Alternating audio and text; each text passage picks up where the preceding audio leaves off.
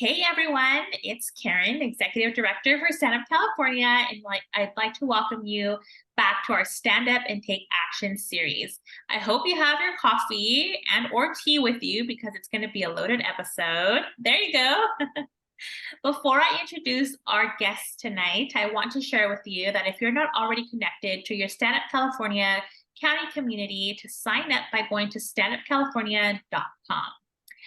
I am thrilled that our guest is here with us today. And I first met her at an event in Los Angeles in 2022, I believe. It was for Dr. J, who is one of the authors of the Great Barrington Declaration. And I have been following her since, and all of the incredible work that she's been doing in regards to physicians' freedom of speech and just health rights in general. And we will get into the weeds of that a little bit, but I'd like to introduce to you Dr. Correct me if I say it wrong, Khatibi, yes? Perfect. Perfect. MD, MS, MPH. How are you today? Oh, I'm so happy to be here. Thanks so much for that introduction, Karen. Super excited to get into the conversation, and I hope it serves all of the listeners. Awesome. Well, again, thank you so much for being here and for your time. We value your time. I'm going to go ahead and let you tell us a little bit about yourself. And a staple question we have here is, what is your favorite ice cream as well? Oh my gosh, it depends on the day. Do I have to pick one? I mean, I love coffee, I love butter pecan, I love saffron. I guess if I had to pick one all the time, my go-to would be like a rose water. Sometimes with a little bit of saffron in it, but I think rose water would be my go-to consistently if I had to pick one. And if you've never had rose water ice cream, you can probably usually get it at like Indian markets or Persian markets. And if you're lucky, they have those little bits of cream that are frozen in the ice cream. So, you take a lick and then you have this melting cream in your mouth too. That's different than the ice cream, but that would be my favorite. Now we're all going to go get rose water ice cream after this episode. So good. So and tell us a little bit about yourself. What are some of your favorite things to do aside from your work in advocacy? So I am a Californian, and I'm a mother and a physician. I also I'm a connector, really. I like to connect people to people and myself to people, right? To create those connections, deep, meaningful things. And how I do that is I think that I like to inspire that energy of connection between people and myself and others. So that's kind of like the big picture of how I operate. But I'm a physician, I'm an ophthalmologist, and I also do producing, and I also was acting when I was younger. So I do a little bit of that. Also went through a very serious health problem myself, and that was kind of what really got me more aware of what health really is, and the Western model of health, and how it's missing some key things that we need to look at. I just usually follow my heart. I mentor people in mindfulness as well for free as a volunteer, because I believe being more mindful, being in the present moment, having a sense of equanimity helps reduce a lot of the problems that we have within ourselves and in society and in our families. You saw what happened during COVID. There was a lot of reactivity, a lot of like reactive emotional behavior that really kept people from hearing each other and really kept us from doing things that were like sane. So I think that's so important. I also mentor people who are highly sensitive and highly gifted as well, because they have their own unique issues that they and challenges. So that's a little nugget about me. I was born in Iran also. I think that's important. And there, I felt deeply what it was like to live in an authoritarian government. Iran is essentially a near dictatorship and this higher sociopathic hierarchy that veils itself as like, or masks itself as like as a well-meaning, God-fearing theocracy, even though it's not. And growing up in that, you see how people silence themselves to get along, how people are afraid to speak up. And I started seeing that in America during COVID, and that made me very afraid for America. And so I started acting within my circle of control. That is amazing. We are so thankful for your voice because it's something different to say, you've lived in America your whole life, and it's hard to really unveil that we're heading into tyranny, guys, but coming from a different country, I think from what I've experienced and what I've listened to other people speak, it's a whole level of understanding. Yeah. And I love, it sounds so beautiful that you coach people in mindfulness for free. That is incredible. You are amazing for that. And I do believe in mindfulness as well, especially coming out of COVID. We're still seeing, even in 2023, how much that affected us as adults and our children as well in their learning. Thank you for that introduction. You are amazing, as we already know. Today, we will be diving into the work that Dr. Khatibi has done in regards to AB 2098 that passed in the California legislature back in 2022, authored by Evan Lowe. Evan Lowe. Yes, sorry, there was some sirens going on, so I'm like, I don't want it to sound.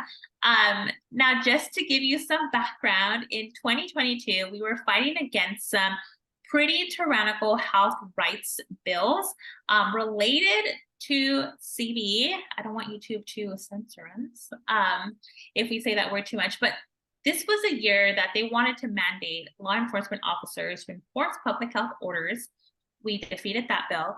They wanted to have employers mandate the CV vax as a form of employment. We defeated that bill.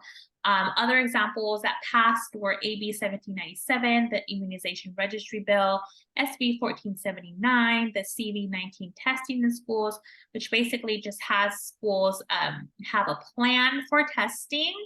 And the biggest one of them all that I think was very in the know was SB 866 by Senator Weiner, which would have lowered the age of consent for children to 12 and older to consent to vaccines without parental consent. The age then went back to 15, but we were able to defeat that bill. Very grassroots, but we were split everywhere. Like, oh my gosh, I'm still having like PTSD from that legislative session. There was some of us fighting here, some of us fighting there. And it was just a very heavy legislative session. And then we had Assembly Bill 2098, and this bill was very alarming. So my first question to you is, what was this bill to you as a physician, and when did you first hear about it? Well, I first heard about it from the grassroots organizations that I'd started following on social media. And I was already hearing those bills that you just mentioned. Was becoming very concerned about them because I saw them as a part of a larger, part of it was like a larger power grab by the state in terms of taking autonomy away from individuals and away from families. And then I saw it also as a way of controlling doctors with regard to AB 2098. So this kind of goes back to it's a testament to the power of grassroots organizations, right? Because they were instrumental. Organizations like the ones you've been involved in were instrumental in my own education and awareness about these issues. And it also talks, for me, that's like the power of community, right? And so I heard about it through the grassroots organizations, and I started just getting involved.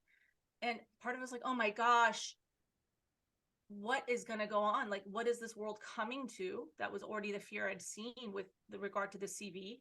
But what's going to happen in California? What's going to happen to my own children, other children, and the disintegration of the family that I was seeing, right? Like Scott Weiner saying with that bill for lowering the age of consent for vaccination, like he specifically said, we're trying to empower children for their own health. And I was like, and I remember I finally got a meeting with my representative's staff. And I was like, that's not how you empower children, right? Like, you really want to empower a child, take them on a hike. Like, with their family and spend time creating those connections between the family and the child. Spend that time mentoring that child as a parent or as a community member to feel a sense of confidence with that child and to help heal their wounds that they've, the inevitable wounds we have growing up, some more than others, and to build their sense of self-efficacy from an inside perspective, not like to promote hiding information from their parents about their own body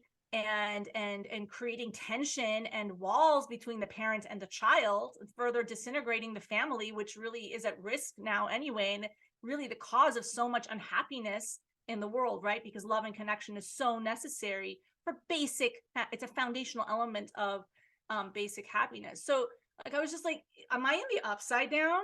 And then as part of that, I heard about AB 2098. And when I read it and I saw the word consensus, and doctors have to follow consensus,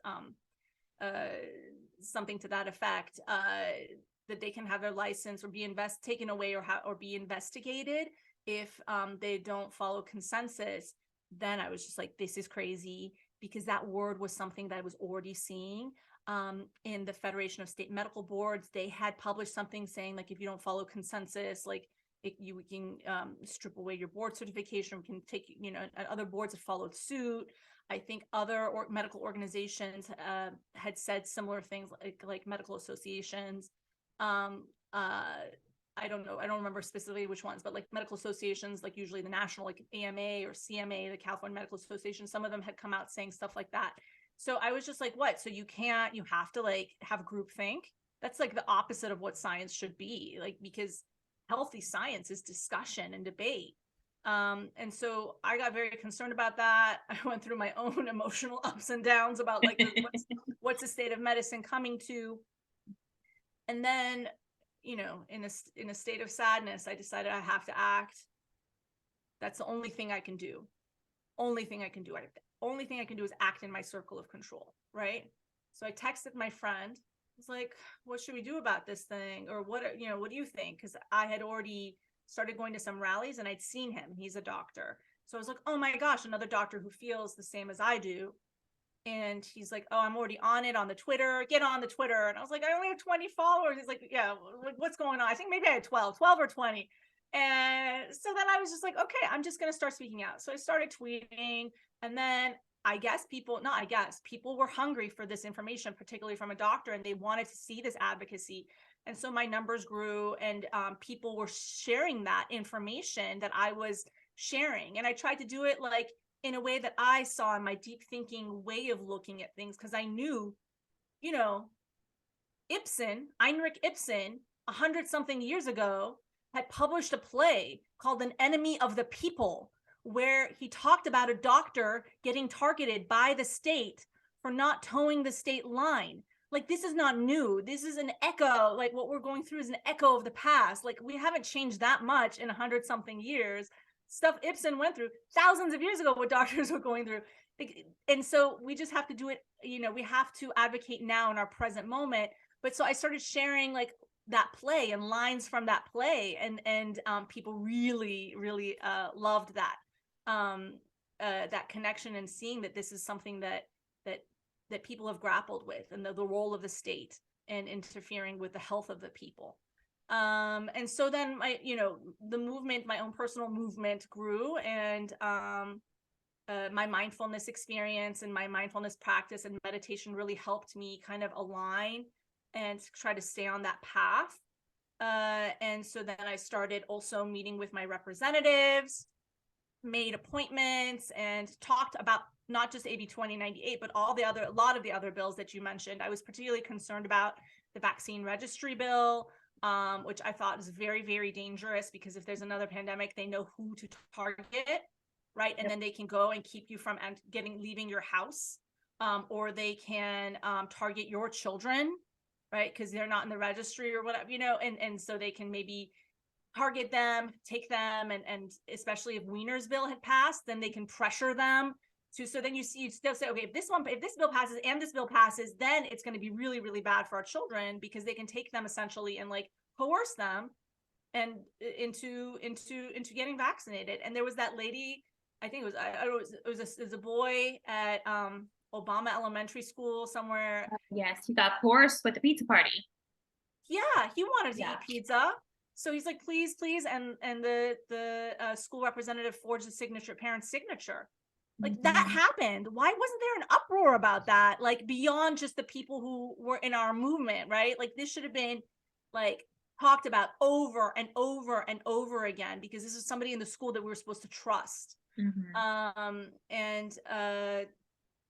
So I was making these connections between the different bills, and I was advocating, and at a certain point I felt like more needed to be done. And I was just like, well, all I can do is act in my circle of control. And as I did, opportunities come, right?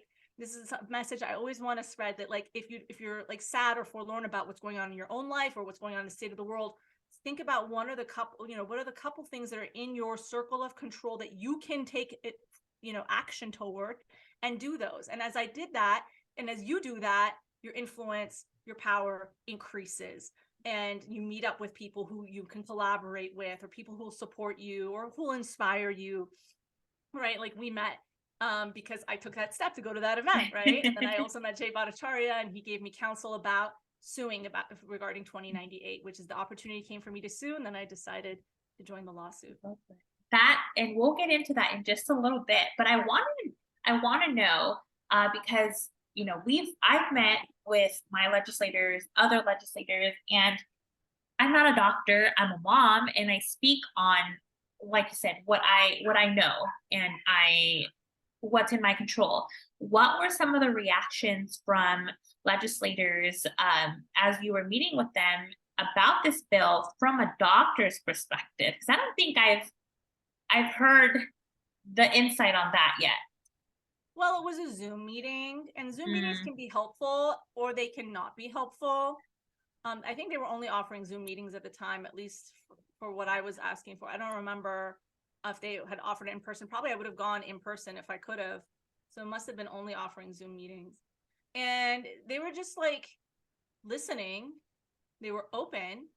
I talked about my own health experience and what that showed me. I talked about my public health experience.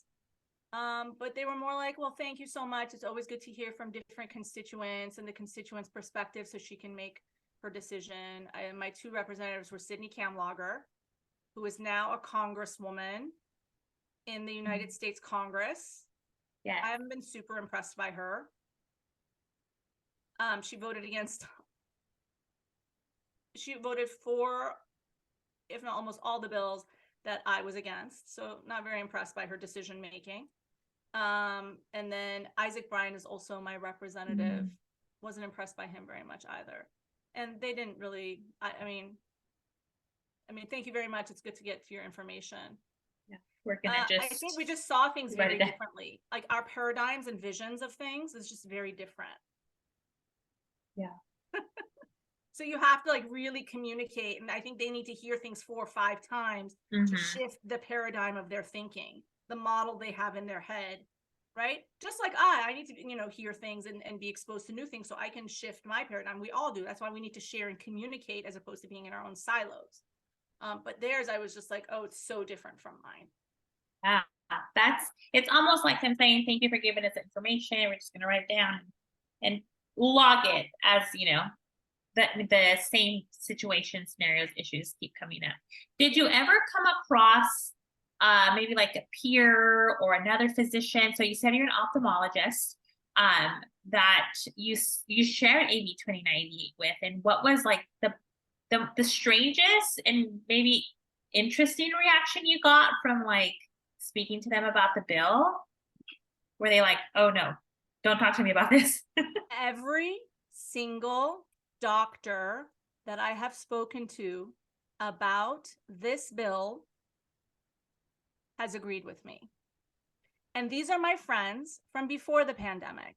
And, it's not like I don't even know where they are, most of them politically. I think some are more conservative, some are more liberal, just by thinking about, them. But every single one has said some level of concern about what they fear that is pervasive in the consciousness of doctors as a collective consciousness as well about what they can and cannot say. I remember I went to a dinner party with one of our friends. We used to socialize before COVID as well.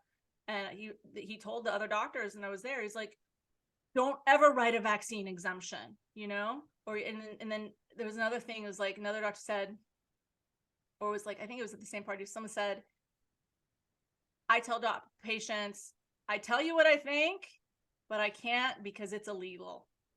Like, that's crazy. Wow. So I think every doctor that I've talked to about it has agreed with me. There was one doctor I didn't talk to about the bill specifically, but he was like, I went to urgent care one day and he started talking to me about the vaccine. And so then we had a conversation, and I was trying to talk to him from the molecular biology standpoint and like reason and stuff.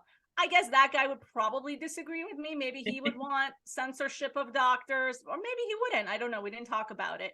But there are some, and I think for them, like, they don't see the picture of like, oh, what is at stake here in terms of doctors then in their collective consciousness and also in their individual consciousness saying, oh, that one thing we can't talk about. Maybe there's other things I can't talk about. What does it mean when the state now has this like control over doctors and what they can say? That's frightening. It is. And to be honest, I read a lot about AB 2098 and the pushback. There was more pushback than there was, I think, support. Just for background, again, a lot of these bills are backed by the CMA, the California Medical Association. I feel like, especially if it was a PAN bill, I did not think this bill was going to go through just because it was so extreme, so unconstitutional. But we had seen something similar back in 2019, SB 276, which is when they removed the medical exemptions. They brought something similar. So physicians are allowed to give 5 medical exemptions per year for children. Yes, 5. Imagine that.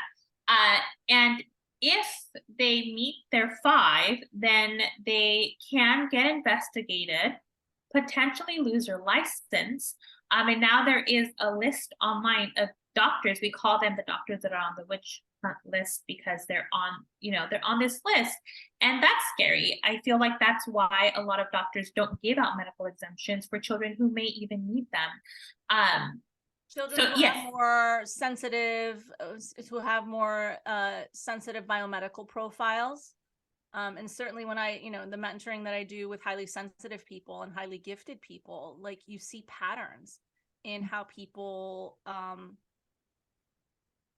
how they react biomedically, and how there's a differential, how different children, because of their biomedical, and there's not great data about this in terms of vaccines, but I think this would be a really good study to do, is to look at the more neuronally reactive children, which we know exist, the ones who have, they're about 15% of the population. We can also, the psychological model of it is called highly sensitive children, and highly gifted children, 87% of them are highly gifted, are highly sensitive.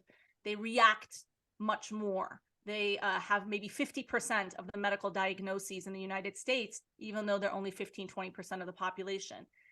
They have more than 50%, I think, of the office visits, clinic visits in the United States, even though they're a small percentage of the population. And they tend to just have multiple illnesses, right? Be great to look and see if the vaccine injuries are much more in this population than the rest of the children. My hypothesis is that would be correct, and actually very logical if that was the case. So, if a doctor sees the child is very reactive, maybe they might want to hold off or slow things down or not do it at all because of parent concerns. They shouldn't be targeted because of that. I absolutely agree. And I think this is where we're thankful for physicians like yourself who stood up and saw what this bill really was about. And it was about silencing doctors. And now you mentioned that you joined the lawsuit. So talk to us about the AB 2098 lawsuit, and where did that put the bill at that time? So by that time, the bill had been passed by both houses of the legislature. And Governor Gavin Newsom signed it, right? Want to make sure everybody knows. Governor Gavin Newsom signed it. He's now trying to erase history, but he signed it. And he wrote this letter saying, like, that he published it, or he sent out at the same time saying, I think we shouldn't worry too much. It's going to be used correctly. This bill is not going to go after like people who are doing correct medicine. I don't remember exactly what he said, but it was just like a very poorly written, worded, logic wise letter that didn't really face the reality of how the judicial system works, and how the state of medicine and its partnership with and how its relation to the state is, especially after COVID.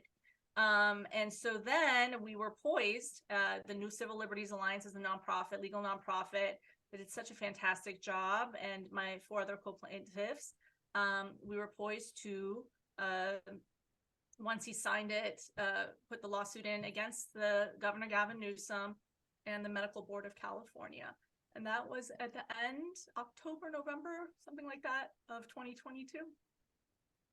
And we'll get into what has come out of AB 2098. But before that, I like to backtrack a little bit. You testified before Congress, and I watched your testimony, gave me chills. You are a powerful woman. And I can say this because back in the event where I first met you, the energy at that table where we were all sitting, it was just incredible. And I felt so empowered to be around all of you guys and to listen to you and to just keep doing what I was doing. What did that moment mean to you? And, the voices of all the physicians you were speaking up for. The moment where, which moment? Where you testified before Congress. Oh, that moment. Okay, that moment. Sorry, I forgot about it. So I was invited to speak before Congress, which is like crazy, right? I didn't think that my life would take this turn. I had always hoped I would do something to be of service. But again, work in your circle of control and things grow.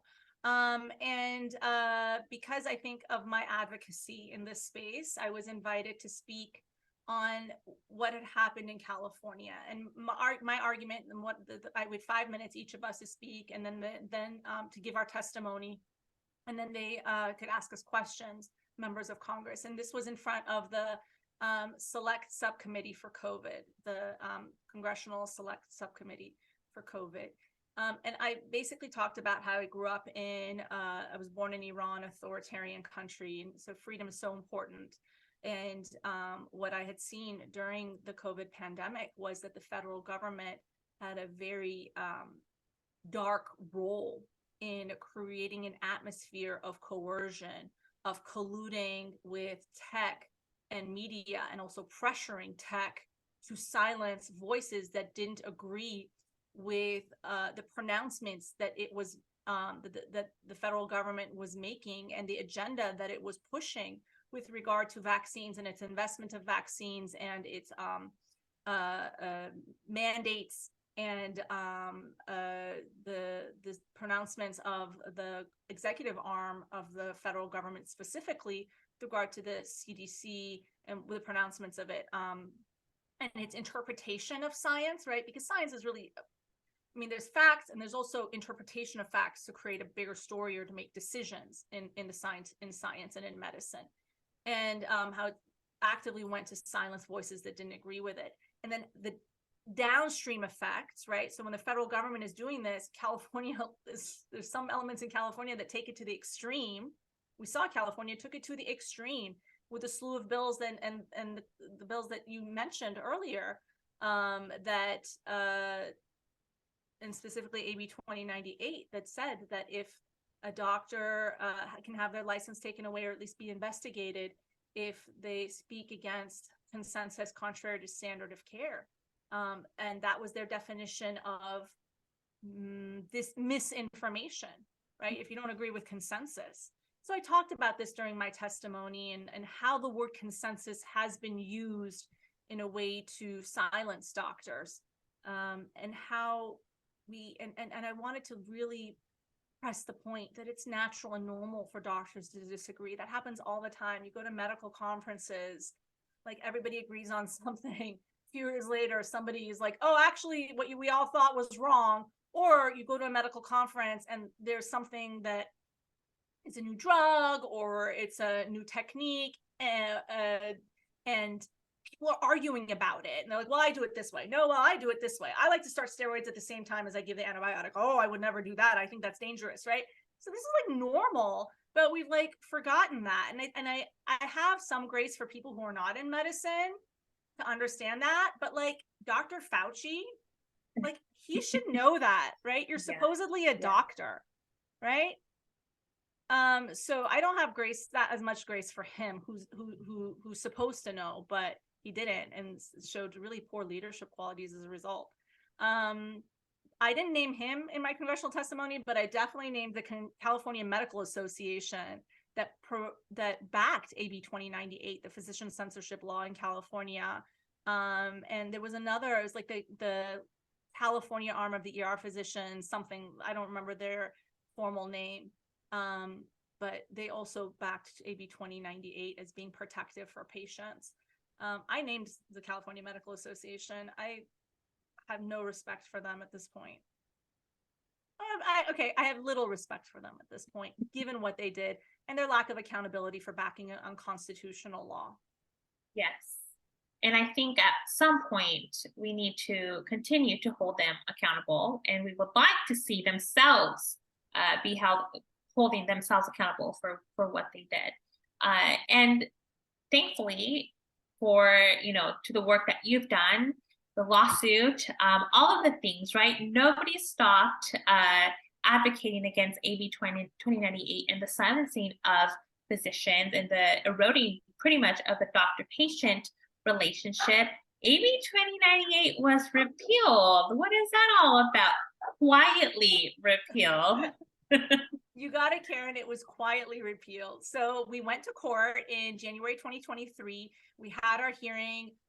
There were a couple other groups that were suing regarding the same law, doctors groups. One had lost and was on appeal. Our group, our judge came, and he was very deep thinking very deep thinking judge. And you could see he was making, looking at the language of the law, looking at the history of the law, and what the intent was when the law was made and how it changed over time in the wording of it. And he asked really tough questions, especially of the state's representative attorney. And a few days later, he granted us a preliminary injunction, which meant that they couldn't come after us for violating the law, the group of us plaintiffs. And anybody who actually was a member of an organization for physicians whose name escapes me right now, but they were part of the lawsuit too. So if anybody joined them, they could actually be protected. Fast forward, but we had to wait for him to give his final ruling. And he said, okay, I'll do it by the end of the year. So we had to wait. So he said it was an unconstitutional law because it violated the 14th Amendment or had grounds. It was likely to win. We were likely to win because based on the 14th Amendment, which is involves the right to due process, which involves everybody needing a person of average intelligence, understanding the wording of the law. We had grounds to win our lawsuit. So that's what the basis of granting us the preliminary injunction was. I'm giving you the long history to the time about its quiet repeal. Because it affects why this thing was repealed. And then he hadn't ruled on the First Amendment violation. So we were making the argument that like, hey, this law is effectively chilling the speech of doctors because doctors are going to be afraid to speak out because they can lose their livelihood if they disagree with what the state's interpretation of what consensus is. And so he said, look, this law is nonsensical. The grammar is off, right? It just doesn't make sense. And I think he said this in court. The judge said, it's nonsense. Like the wording of the bill, the wording of the law is nonsense. So then we were waiting for his final ruling, and then just in September, they repealed it.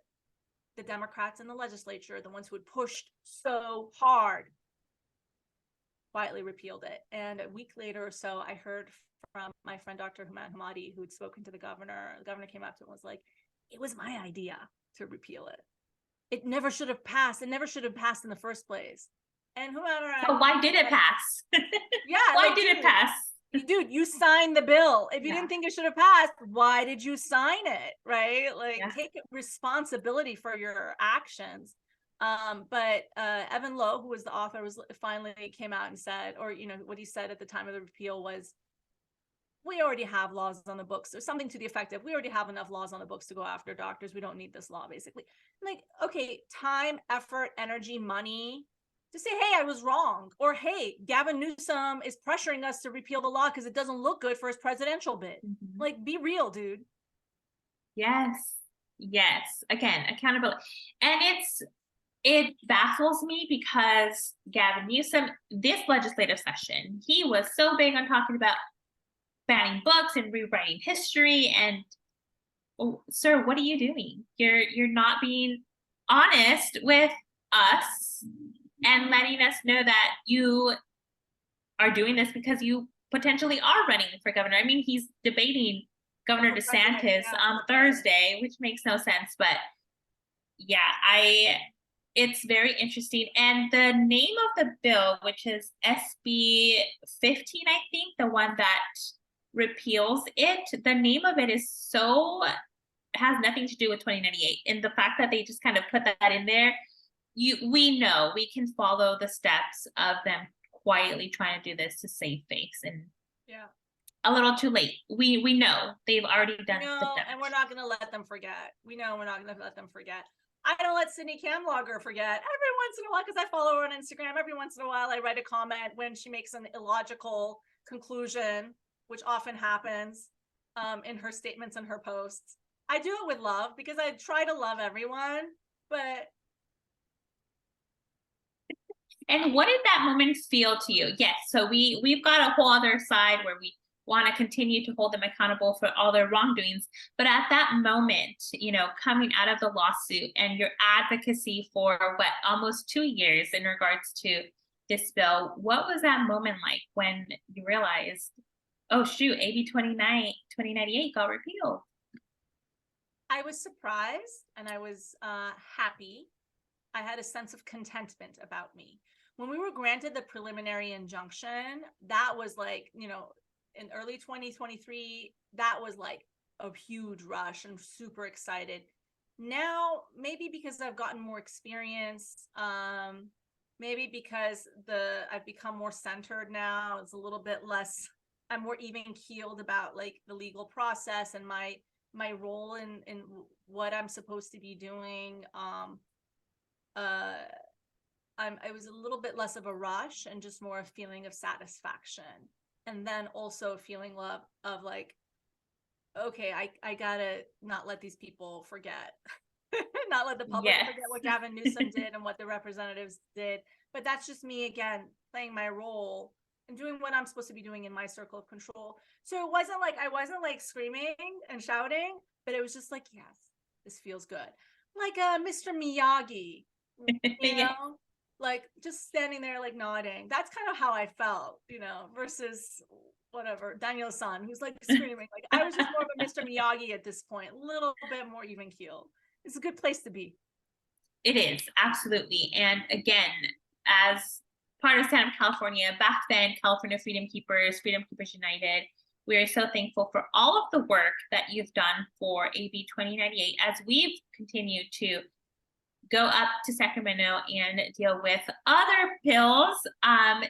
Any last thoughts? And also, what is next for you? And how can Stand Up California support your efforts, if any?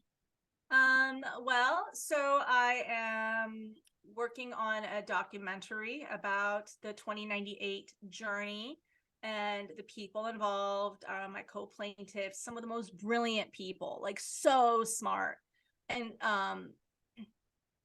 our lawyers involved in the 2098 journey as well. So I'm looking at them, what their childhoods were like, how what they went through during COVID, what brought them to this situation, that they actually took action and spoke out, because it requires a lot of like determination and bravery to do that.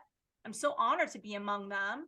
So kind of examining that, because I always think it's so cool to have like a little psychological examination of people, and then to connect it to the bigger picture of like the AB 2098 battle in California, and then connect it to the larger issues of medical freedom, as well as the state of medicine, as well as kind of the emerging biomedical surveillance state, and then tie it back to how we can each act. So that's kind of like the vision for the documentary. I love it for people to follow so they can see, like, you know, as we create what comes. And then I'd also like to just do as I did, to work to educate and inspire people. So we're talking about maybe like doing a podcast series or just having more conversations, and bringing a medical perspective to these conversations from a freedom-oriented doctor. And ultimately, I'm also doing my inner work as well, because that doing the inner work feeds the outer work. And I think that's what I want to kind of, the message I wanted to end on that you asked for. It's a never-ending journey to do the inner work. And for some of you who don't know what that means, it's like looking into within yourself, understanding yourself, you know, your genetics, also, which you can't help, but your environment, what your upbringing was like. A lot of us couldn't help either, right? The goods and the bads associated with it, how that's formed you. And then to shed the layers of baggage, and to go deeper and deeper. For me, the spiritual practices that I do and the connections that I have really feed me. And so what I would want to end with is like that inner work that I'm doing, I'm going to continue to do, to let go of baggage, to become really what I want to be, which is love on this earth, right? And because that will empower me even more, and that I think will feed the rest of the work. And the work will, the path that I take, I hope will be a better path, a wiser path, than if I hadn't done that, and if I don't do those practices. And what I would encourage each of your listeners to do is to calm the mind, calm the hectic mind, help do the different people have different things they do to help the parasympathetic nervous system, that's so often squashed by the sympathetic nervous system, the fight or flight, act, be on lookout, be hypervigilant, to calm that down so the parasympathetic, the rest and relaxation, can come up so you can think clearly. And then we can make wise choices for ourselves, for our families. We can be this love on earth, and then we can be very strong advocates. Thank you. That was beautiful. Thank you so, so much again for being with us here tonight. And where can people find you on Instagram? And you said you had X, right? So just give us your handle so we can follow you and continue to support you. Sure. So I'm on Instagram at Dr. Azadeh Khatibi, AZADEHKHATIBI. And then I'm on Twitter at Azadeh Khatibi, AZADEHKHATIBI. And I'm also on Facebook. I have a Facebook page, Azadeh Khatibi, MD, MS, MPH. Thank you so much. Again, we will be linking all of Dr. Khatibi's links in the description. And I would just want to say again, thank you all for tuning in tonight. And please remember, nothing will change until we stand up California. Have a wonderful night. Have a beautiful night. Thank you so much, Karen. This was wonderful. Thank you so much. Blessings. Bye, everybody.